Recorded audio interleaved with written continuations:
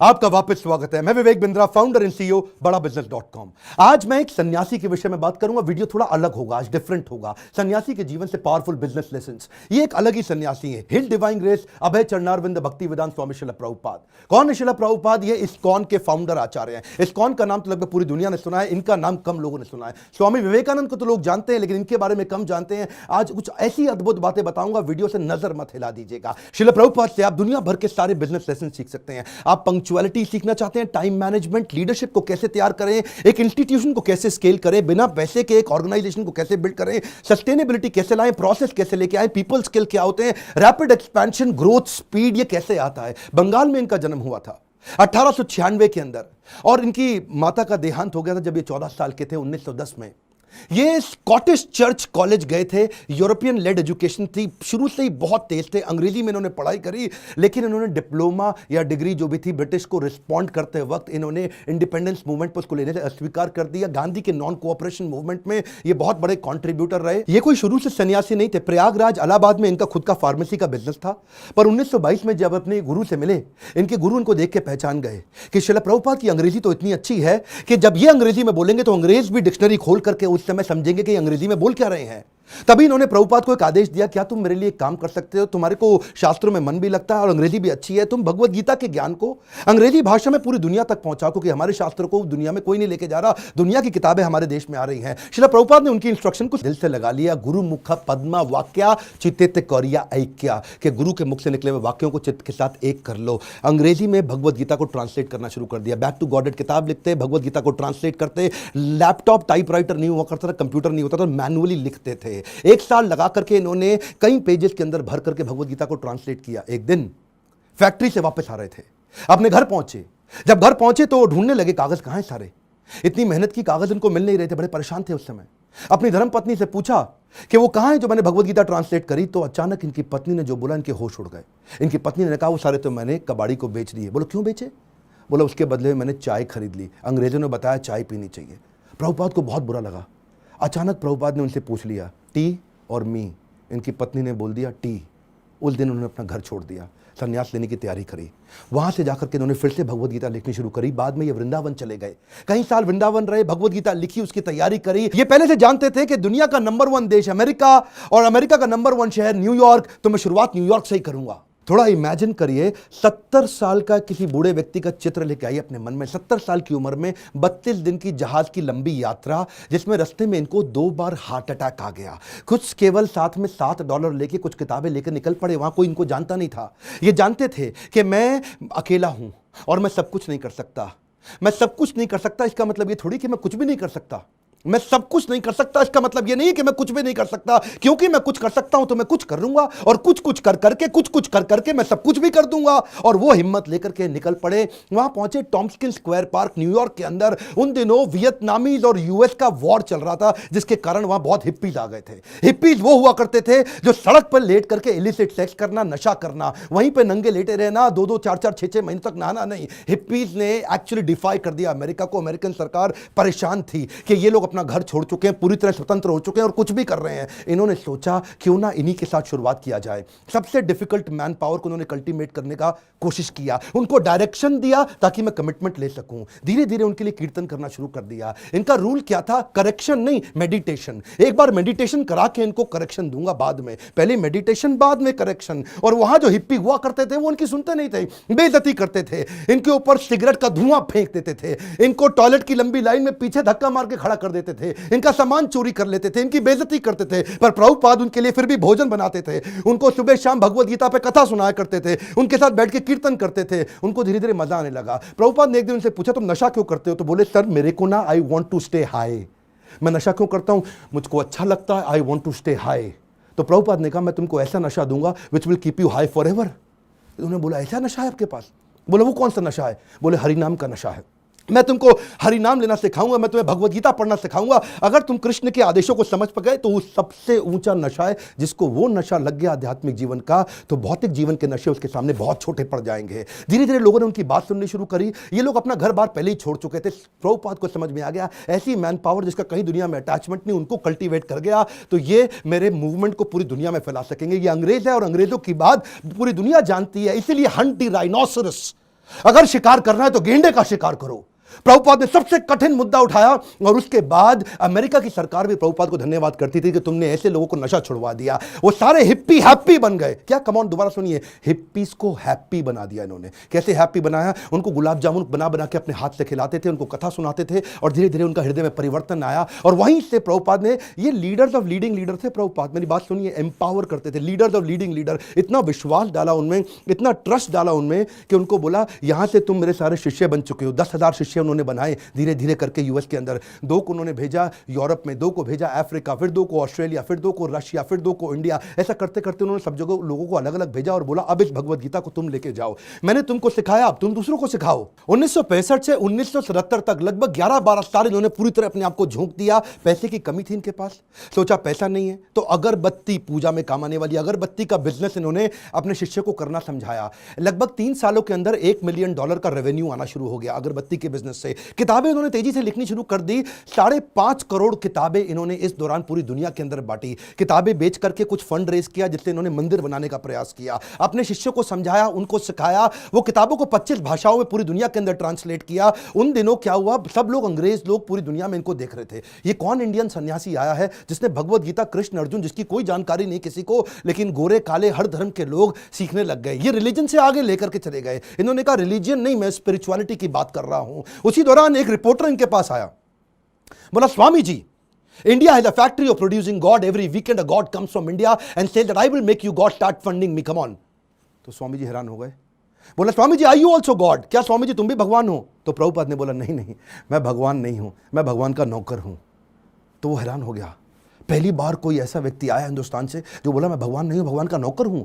तो प्रभुपाद ने बोला नहीं, मुझसे गलती हो गई, मैं भगवान का नौकर भी नहीं हूं, मैं भगवान का नौकर बनने का प्रयास कर रहा हूं। I am all a servant of God, but it is for you to recognize. सारे अमेरिका के अंदर अखबारों में छप गया कि पहली बारी कोई ऐसा इंडियन आया जो बताता है I am trying to become servant of God, I am not God. उन्हीं दिनों हेनरी फोर्ड के पोते एल्फ्रेड फोर्ड इनसे मिलने के लिए आए। हेनरी फोर्ड का नाम बहुत हुआ करता था पृथ्वी के अंदर। प्रभुपाद कम बोलते थे, लिमिटेड बोलते थे। जब एल्फ्रेड फोर्ड इनसे मिलने आए तो प्रभुपाद ने केवल उनसे एक ही क्वेश्चन पूछा, where is Henry Ford now? अब हेनरी फोर्ड जीवित नहीं थे, बस केवल उनकी आंखों में आंख डाल के ये प्रश्न पूछा। एल्फ्रेड फोर्ड उसी समय घबरा गए। उनको समझ आ गया कि ये जीवन किसी के लिए नहीं है, कोई नहीं बचने वाला यहाँ पे। और उसी दिन उन्होंने प्रभुपाद को सरेंडर कर दिया और उनसे कहा मुझे भी भगवत गीता सिखाइए। ये ऐसे संत सन्यासी है जिनके कारण आज पूरी दुनिया के अंदर सैकड़ों हजारों ऐसे मंदिर बने जहां भगवत गीता पढ़ाई जा रही है, सिखाई जा रही है। पाकिस्तान जहां कुछ भी हो रहा हो, लेकिन आज भी इस्कॉन के 12 मंदिर है पाकिस्तान में जहां रोज शाम को भगवत गीता पे कथा की जाती है। ये बड़ा अनइमेजिनेबल था कि कुछ ही सालों के अंदर इन्होंने 6 महाद्वीप, 6 कॉन्टिनेंट के अंदर 108 मंदिर बना दिए। ये तब किया जब वेंचर कैपिटल नहीं था, कोई एंजल फंड नहीं था, प्राइवेट इक्विटी नहीं था, कोई आईपीओ नहीं निकाला, कोई बैंक लोन नहीं है, कंप्लीटली बूटस्ट्रैप्ड, सैलरी देने का पैसा नहीं है, लाइफ टाइम वॉलंटियर्स इकट्ठे किए। 10,000 उन दिनों इन्होंने अपने शिष्यों को लेटर पे लिख लिख के बात किया। इमेजिन करिए, कम्युनिकेशन बहुत स्लो था। मैं सोचता हूं कई बार अगर प्रभुपाद आज होते ना तो भगवत गीता इंडिया की राष्ट्र पुस्तक नहीं होती, पूरे विश्व के अंदर होती। इतनी स्पीड थी प्रभुपाद की। उस समय जब अपने शिष्यों से बात करते थे तो न्यूयॉर्क से साउथ अफ्रीका चिट्ठी भेजते थे। वो चिट्ठी में प्रश्न पूछता था, जवाब देते थे, फिर चिट्ठी वापस आती थी, फिर उसका उत्तर देते थे। इमेजिन करिए 10,000 ऐसे लेटर लिखे इन्होंने, कितना समय की कमी रहा होगा। इनके इतने सारे philosophical issues, managerial issues, personal issues, professional issues, सब पे गाइड किया करते थे। व्हाट्सएप नहीं था, कम्युनिकेशन नहीं था, वहां पे फ्लाइट तेज नहीं जाती थी। बावजूद उसके इन्होंने 12 साल के अंदर 15 बार पूरी पृथ्वी का भ्रमण किया। एक बात समझिए, sales is not about selling, it is about building trust in education. Building trust in education. विश्वास बढ़ाओ, एजुकेट करो, विश्वास बढ़ाओ, एजुकेट करो। दुनिया भर में इतना विश्वास बढ़ा दिया, एजुकेशन बढ़ा दिया भगवत गीता के बारे में कि बीटल्स, जो उस समय बहुत फेमस हुआ करता था, बीटल्स के जॉर्ज हैरिसन ने अपना 70 एकड़ का फार्म वॉटफोर्ड में लंदन के नजदीक इनको डोनेट कर दिया। वो इनका शिष्य बन गया और अपने रॉकस्टार गानों के साथ साथ कीर्तन करने लग गया, हरे कृष्णा। उन्हीं दिनों प्रभुपाद जी साथ साथ इतनी किताबें लिखना चाहते थे, जानते थे मैं बूढ़ा हो गया हूं, सारी चीजें लिख के चला जाऊं ताकि लोग उसको आसानी से फॉलो कर सकें। उन्होंने खुद से लिखना बंद कर दिया, डिक्टाफोन ले लिया। डिक्टाफोन जानते क्या होता है? उस पर ये रिकॉर्ड करते थे और चलते चलते रिकॉर्ड करते थे, बैठे बैठे रिकॉर्ड करते थे। 24 घंटे में से 22 घंटा सेवा करते थे, 2 घंटा आराम करते थे। अनइमेजिनेबल है, मैं थोड़ा आपको बता रहा हूं फिर से, इसको मत मिस करिएगा। 24 में से दुनिया जानती है प्रभुपाद 22 घंटा सेवा करते थे, 2 घंटा रात को 10 से 12 तक आराम करते थे, रात को 12 से सुबह 4 बजे तक किताबें ट्रांसलेट किया करते थे, क्योंकि इनके गुरु का आदेश था किताबें ट्रांसलेट कर करके रिकॉर्ड करते थे उसको, जानते थे मैं लिखूंगा टाइप करूंगा टाइम लगेगा, शिष्यों को बोलते थे तुम रिकॉर्डिंग को सुनो उसको टाइप करो। उसी समय टेक्नोलॉजी का इस्तेमाल करते थे। डिक्टाफोन के बाद माइक्रोफोन आया, माइक्रोफोन पे करने लगे। सुबह की साधना करते, मंदिर में मंगल आरती करने के बाद, जब करने के बाद जब बाहर वॉक करने निकलते 1 घंटा वॉक करते, शिष्य को साथ में लेते, उस समय फिर से ट्रांसलेट करते, शिष्य माइक पकड़ के चलते रहते, ये मॉर्निंग वॉक पे फिर से ट्रांसलेट करते। जानते थे इनके पास समय कम था। प्रभुपाद ने अपने 12 साल के अंदर वो काम किया जो कि बिल्कुल अकल्पनीय है। इसमें मैं आपको एक बात सिखाना चाहता हूं, उसको बोलते हैं EFA, elephantine focused advantage. Elephantine focused advantage, इसको बोलते हैं अव्यर्थ कालत्वम। संस्कृत का शब्द है अव्यर्थ कालत्वम, यानी कि इतना सा भी समय वेस्ट नहीं करना। ऑब्सेसिव अटेंशन टू डिटेल, और इसको क्या कहते हैं OAD, obsessive attention to detail. हाथी के बराबर हाथी शब्द इस्तेमाल किया गया, एलिफेंटाइन फोकस, जो कि लगना चाहिए आपको बहुत भयंकर फोकस है ये। मेरा एक दोस्त है, वो मुझे क्या कहता है कि यार विवेक, मेरे को 12 साल लग गए एक फैक्ट्री को 2 फैक्ट्री बनाने में। सुनिएगा, 12 साल लगे एक फैक्ट्री को 2 फैक्ट्री बनाने में, जिसमें मैंने बहुत पैसा लगाया। प्रभुपाद बिना पैसे के एक मंदिर को 108 मंदिर बना दिया 12 साल के अंदर। ये किया कैसे? बिना तनख्वाह दिए। मैं इतनी तनख्वाह दे रहा हूं, लोग काम नहीं कर रहे, ये बिना तनख्वाह के लोगों से इतना काम करा लेते हैं। इसी को बोलते हैं कि वैकुंठ से जब व्यक्ति आता है और ऐसी लीडरशिप बिल्ड करता है, ऐसी लीडरशिप वाला व्यक्ति इतना एम्पावर कर देगा कि एक ऑर्डिनरी आदमी से एक्स्ट्रा ऑर्डिनरी काम करा जाएगा। जब जेब में पैसा हो तो स्पीड आ जाती है। सुनिएगा ध्यान से, जब जेब में पैसा हो तो स्पीड तो आ ही जाती है, लेकिन प्रभुपाद की जेब में पैसा नहीं था। ये थोड़ा सा अनइमेजिनेबल केस स्टडी है कि लो कॉस्ट हाई स्पीड। सुनिएगा ध्यान से, बिना पैसा लगाए लो कॉस्ट पे हाई स्पीड कैसे बिल्ड करें? इसका तरीका क्या है? अर्जेंसी और पीपल स्किल। प्रभुपाद अद्भुत व्यक्ति थे। अर्जेंसी और पीपल स्किल, शिष्य तंग करते थे, शिष्य गलतियां करते थे, प्रभुपाद टॉलरेट करते थे पीपल स्किल के साथ में। शिष्य इनको बहुत दुखी करते थे, प्रभुपाद टॉलरेट करते थे पीपल स्किल के साथ में। स्पीड बनाए रखी पीपल स्किल के साथ में। लोग दुखी भी नहीं होते थे, स्ट्रेस भी नहीं होते थे, क्योंकि प्रभुपाद प्रेम इतना देते थे। उनका प्रेम एक समुद्र की तरह था। श्री गुरु करुणा सिंधु, ऐसा करुणा का सिंधु सागर थे ये। इन्होंने एक बार जब ये अपने शिष्य को लेकर के रथ यात्रा ज्वाइन करने गए जगन्नाथपुरी के अंदर, तो वहां पे मंदिर के अंदर अंग्रेजों को जाना मना है। हिंदू मंदिर है, वो कहते हैं अंग्रेज को, लोगों को हम नहीं क्रिश्चियंस को अंदर जाने देंगे। प्रभुपाद ने बोला अगर तुम मुझे जगन्नाथ जी के दर्शन करने नहीं जाने दोगे, मैं जगन्नाथ जी को पूरी दुनिया में ले जाऊंगा। उसके बाद उन्होंने रथ यात्रा करनी शुरू करी और वहां से पूरी दुनिया में रथ यात्रा का प्रचलन चालू हो गया। प्रभुपाद वो पहले व्यक्ति थे जिन्होंने आज पूरी पृथ्वी पर रथ यात्रा और जगन्नाथ जी के दर्शन कराने शुरू किए।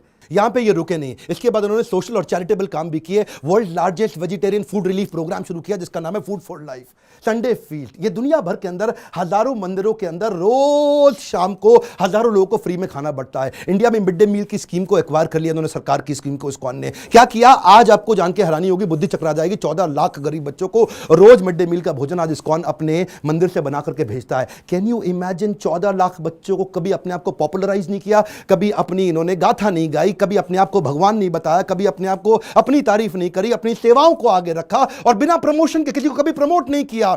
जानते हैं अमेरिका के अंदर भी आपको तो मालूम है स्टीव जॉब्स का स्टैनफोर्ड यूनिवर्सिटी का वो लेक्चर, जहां पे उसने खुद ही माना था कि मैं रोज, मेरे पास पैसा नहीं हुआ करता था, एक खाना खाने के लिए एक बार का 7 मील पैदल चल के हरे कृष्णा मूवमेंट पे फ्री का खाना खा के आया करता था। I would walk the 7 miles across town every Sunday night to get 1 good meal a week at the Hare Krishna temple.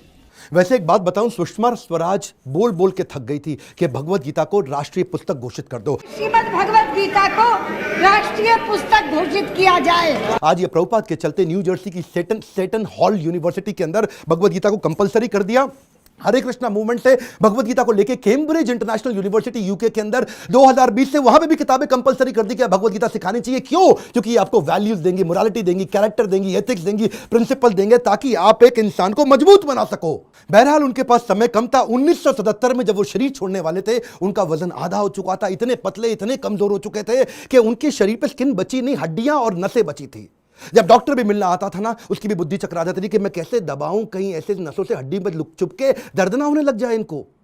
शिष्य लोग आसपास देखते थे डॉक्टर का मुंह कितना इंच खुला हुआ है, ऐसा ऐसा। डॉक्टर हैरान होता था, इंच नापते थे ऐसा कि ये कैसा व्यक्ति कर रहे हैं। इस समय कॉन्शियसनेस को बिल्ड करना पॉसिबल ही नहीं है। प्रभुपाद के सारे ऑर्गन्स काम करना बंद कर चुके थे, उनकी उम्र बहुत ज्यादा हो चुकी थी, लेकिन उस समय डेथ बेड पे, क्षमा चाहता हूं गलत शब्द यूज कर रहा हूं, ऐसे लोगों की कभी डेथ नहीं होती, लेकिन उस समय उस बिस्तरे पे भी लेट करके प्रभुपाद शरीर छोड़ने से पहले भी ट्रांसलेट कर रहे हैं भागवतम को कि मेरे जाने से पहले मैं अपने गुरु के आदेश को पूरा करके जाऊं।